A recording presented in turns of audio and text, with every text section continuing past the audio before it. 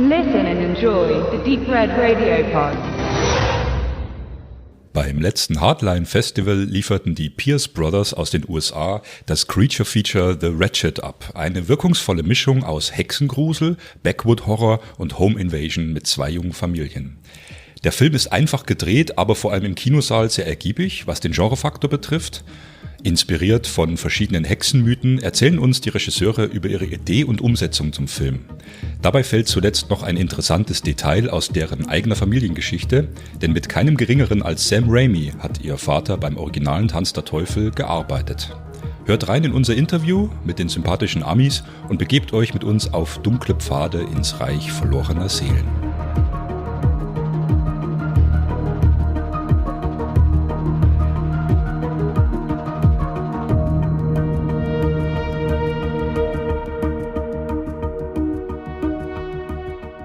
So, welcome to Hardline Festival, Brad and Drew Pierce, directors of The Wretched, a great creature feature with great practical effects and a great suspense. Oh, thanks so much. Story. Thanks for having us. How's your time in Germany and in Hardline? Give a short description. How do you enjoy we're it? having a blast. This festival's so cool. We've met so many cool people, and it's so much fun to get feedback on your movie, you know? See how people react to it. Watching with an audience. So The Wretched is a story about, I hope I'd say it right, a wood woman, a creature feature. In the beginning, I thought it was like of a werewolf movie. Yeah. Because you show only little details of the creature. One time a practical effect of the foot or the hand, yeah, the claws. And at one scene, I loved it very much. I said it to him yesterday, sitting on the veranda in the dark, and the eyes are glowing, and it remembered me of the first Predator movie, when nobody knows what is this. That. What is this? It's very mythical. And that's one of our favorites.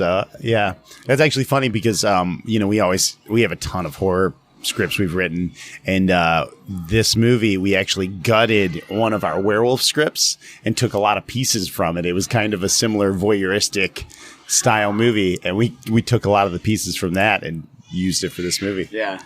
Very possibly could have been a werewolf hanging there on like the veranda, if it was a different movie for us. So, yeah. So please tell us, just in short, your first idea of this movie. How came it to this story? You also offer a very, I think, complex psychological moments between the adults and the kids. Was it inspired by your own life, maybe? Yeah, in the movie, the lead character, Ben, is kind of facing his family breaking apart. Like, it's pretty much there's an imminent divorce coming between his father and his mother. Drew and I came from a divorced family. Our parents got divorced when we were quite young. So it's definitely something that, like, just we kind of work our way through it by making a movie about it. But for the witch stuff, it was just kind of, we loved the original movie, The Witches, and the Roald Dahl book, The Witches. It was like a really creepy kids movie. And I think we kind of started with inspiration there that we just wanted to make a creepy witch movie again. And that just led to us reading a bunch of myths and folklore about different witches. So yeah, we loved the idea of making a witch creature, because we've seen there's several like good witch movies, but a lot of times the witch turns out to be a ghost or some other element or cast spells, but we wanted to figure out a way to kind of make a creature with its own rules, the same way like vampires, they used to be completely different, but they slowly developed all these rules and different weird cool mythologies, to make stories kind of like more interesting. We just wanted to try and figure that out for a witch. So you mostly tell the story as a point of view of the kids. I always thought of maybe Joe Dante's The Burbs, when they watch over to the neighbors and what is this looking through the looking glass? Yeah. And it's getting a very the voyeuristic tense. Yes, the suspense from the kids' eyes. So you're sitting in the cinema and you're a kid again. And you transport that feeling very well. There's something about movies, like voyeuristic movies, like people watching people. Fincher always says we're all perverts to begin with. But there's something about it that, too, it helps you identify with a character, And you when a character's watching other people do things, it's kind of like watching, your neighbor, you sort of lean in and you're like waiting, like they could do anything. It's just exciting. So that was just our way into the story, the symbols and the mythological quality of the witches. You have designs carved in the wood and certain buildings from the wood in the cellar. How long did you research? Besides, you're interested probably for witch stuff in detail about this stuff. What did you read? Or we got into. There were a couple of witches. There's that we just got obsessed with. There's Black Annie, who's like this cool English witch, and was creature with like blue face and like fangs, it's just kind of like these different mythologies. There's another myth called the Boo Hag, about a woman who comes to a small town and she marries a man, and every night she disappears and he doesn't know where she's going, and eventually he sees her walking away from the house and she's wearing no skin. And we were like, that's creepy. And then ultimately he winds up finding her skin like hung up in the dress, like in the closet, and he like salts her skin and she comes back and she burns alive. And we were just like, there's something there. There's something creepy I haven't seen, and, we played with that and a couple other myths and sort of found something we love. Yeah. And then I think it was just important for us. We wanted to feel like a creature and a witch that's connected to nature. So we were kind of trying to visualize, like, would there be an animal that kind of represents her? And we just always kept on landing on like a stag or a deer. So we designed like her mask to reflect that. And we designed the symbol in the trees to reflect that, because we felt it kind of like made this connection to like, this thing's from the deep woods, kind of from the old world, which was the intent. So the other witch that we were obsessed with was the Kaliak. That's actually like our production company name. It's like a winter witch. Yeah. Is kind of comes every winter and is kind of more about the seasons. It's sort of like a benevolent witch in a lot of ways, but a little creepy. So we wanted to figure out a way to kind of like bring all that to life. There's just a short incept for me, a very strong and interesting German film. It's called Hagazusa, plays in the Bavarian South Forest in winter. Mm-hmm. And it's about an old woman in former times who is possessed by a demon. And it's a very realistic movie, just in the wooden cabin with a daughter. And it's very atmospheric and tenseful. Also plays in the snow, in the dark. And that was one movie that we, German genre audience, knew that the director would take this theme seriously. Yeah. And not just as a popcorn movie, I would say, but he very identified with this mythological witch stuff. And it also has to do with seasons, like you said. Mm-hmm. Yeah. We also have winter, of course. Yeah. So back to the idea of the theme. Please help the audience and me. This was your directorial debut. No, it was. We did one other feature. It's very different. It's a comedy horror. About 7-8 years ago, called Deadheads. I think it's on Amazon Prime right now if they want to check it out. But it's a totally different vibe. It's kind of a sweet movie. It's about two zombies who wake up amidst kind of like a zombie sort of finale from your typical kind of zombie movie. But they're cognizant and they basically realize like that one of them didn't propose to the girl he was in love with. So they go on a road trip to find the girl. And it's this sort of sweet, funny road trip movie that just happens to have zombies in it. It's a cool film. But yeah, then we kind of were embracing. We had a really low budget for that. I mean, it's put together with Scotch tape and, bubble gum. This movie is probably more along the lines of our sensibilities and what we love and like to go watch. But it's still a great film. We're proud of it. Yeah. That's interesting because I met Joe Dante some years ago and he said he maybe did the first Zomcom called Burying the Ex, and that would be wrong by now because you said you did he's the definitely first wrong. movie. I saw that. I'm like, oh, look. We actually, especially like romantic rom-com zom. That's what people were calling us.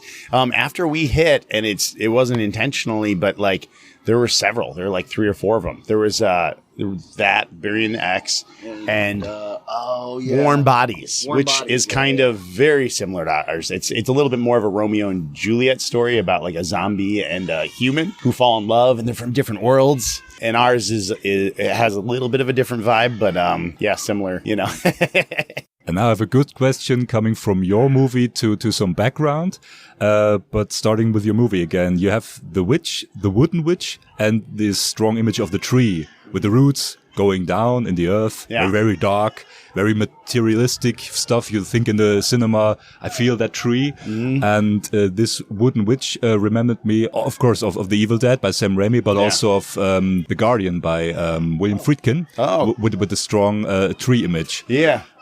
coming back to that tree, you had a experience. I think it was your Drew, or was it your Brett? Oh, the experience. We had to do this now. Okay, no, it's fine. I'm sorry, you have to repeat it because our audience wants to hear it. Yeah. Your father worked with Sam Raimi on The Evil Dead. Yes, he was the creating the finale. He was the photographic effects artist. He did the big, what they call the meltdown, the big finale meltdown in Evil Dead with another special effects guy named Tom Sullivan. So it's this amazing finale where everybody's seen it. It's this demon starts exploding and arms come flying out and the face melts and it crashes the floor and explodes. But like as kids, they were doing these effects in our basement. They were finishing the movie in our basement. And I was just like a 2-3-year-old kid. And I was just really curious, like, what's Dad doing down in the basement? So I snuck down there and all the lights were off. And I just wanted to see what Dad was doing. And I just saw this like horrific scene playing. They were literally projecting it on the wall of the meltdown sequence. So I just saw like gore splattering, arms coming out, and this demonic face like screaming.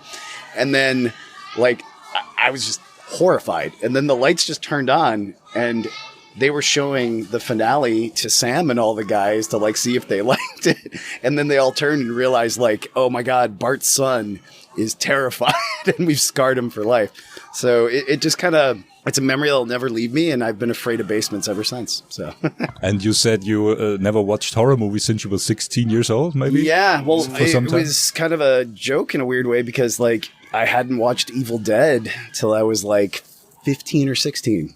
Because I was too scared of it in some ways. Yeah, I don't know if it was intentional, but our mom tortured us. Our basement was terrifying already. I had to go down. I used my big brother, and I had to walk downstairs in the basement because our clothes were all in the basement, like our sock drawer.